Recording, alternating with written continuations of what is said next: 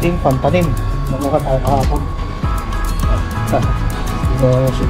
Ginaganda mo na sa tubig. Kahapon, lantal-lan tayo. Gusto na. Pantanim ka pa. Ayun lang yan. Gawin natin ang palpo. Dati ng pangkay. Diba? Alright. Yan. Ayos. Ilang cups na ilagay natin? 4, 8, 12, 16, 20, 28 cups. Okay.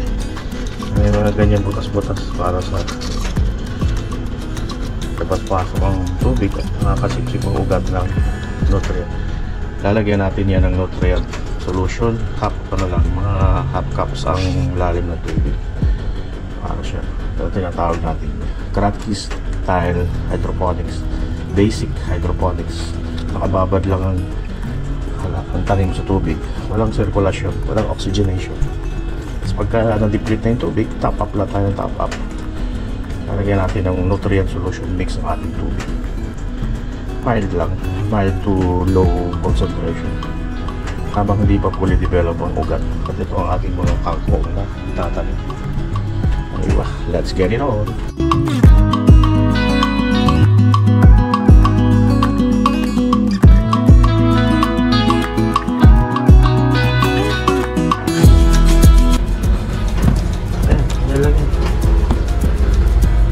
Lagay lang natin itong mga kangkong sa cups. Sa purpose lang ang cups. Purpose naman kasi ng cups para ma-segregate ang kangkong.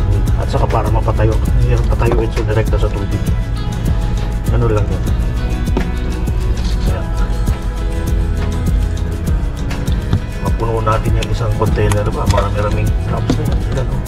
O, ilan yung nakalagay niya? 12 plus another 12, 24. So, kaya natin maglagay ng mga 28 cups palagay ko. Aywa, dami yan. Daming kangkong yan. Ali kangkong. Aywa, ayos.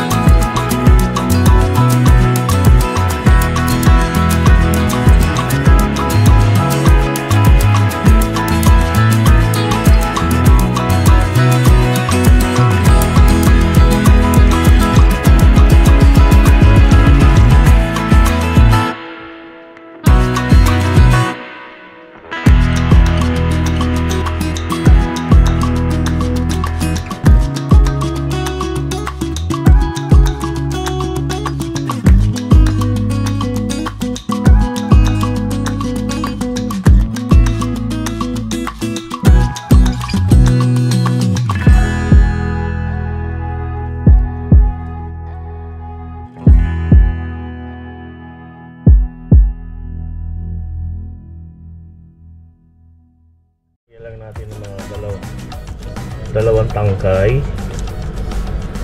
Ayan, per cup. So maximum 3. Pag marami pa tayo mailalagay. Ayan, pero sa umpisa 2 lang muna. Ayan natin ang Noxol. Water with Noxol. Mula pa na ba? Hindi mo ko na ginagawa.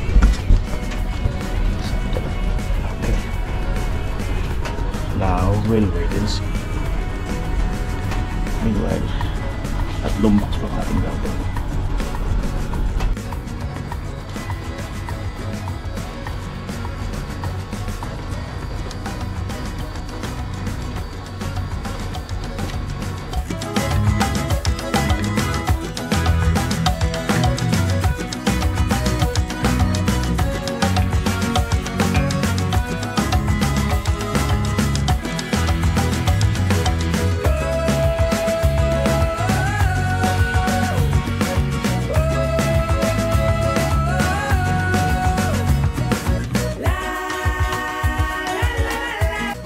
Alright, nakatatlong box na ako.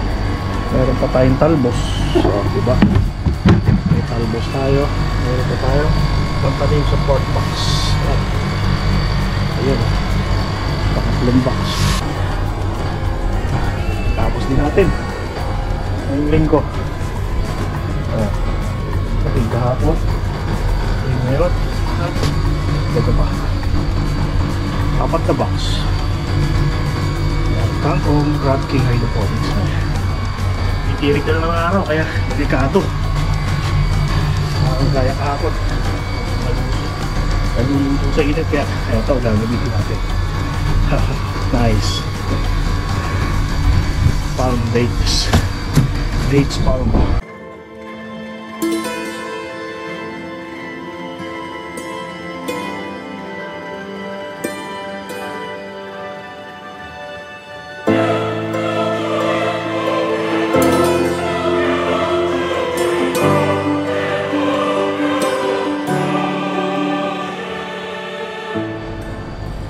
Hanggang sa makarecover yan, pag yan eh pumapal ang dahon, hindi na na-stress. Sana yun na-stress pa yan kasi iniinit ang tubig na bibilad sa araw. Diba? Kami natin ito.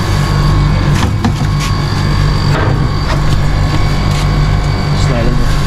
Gagano na lang natin ng bakal.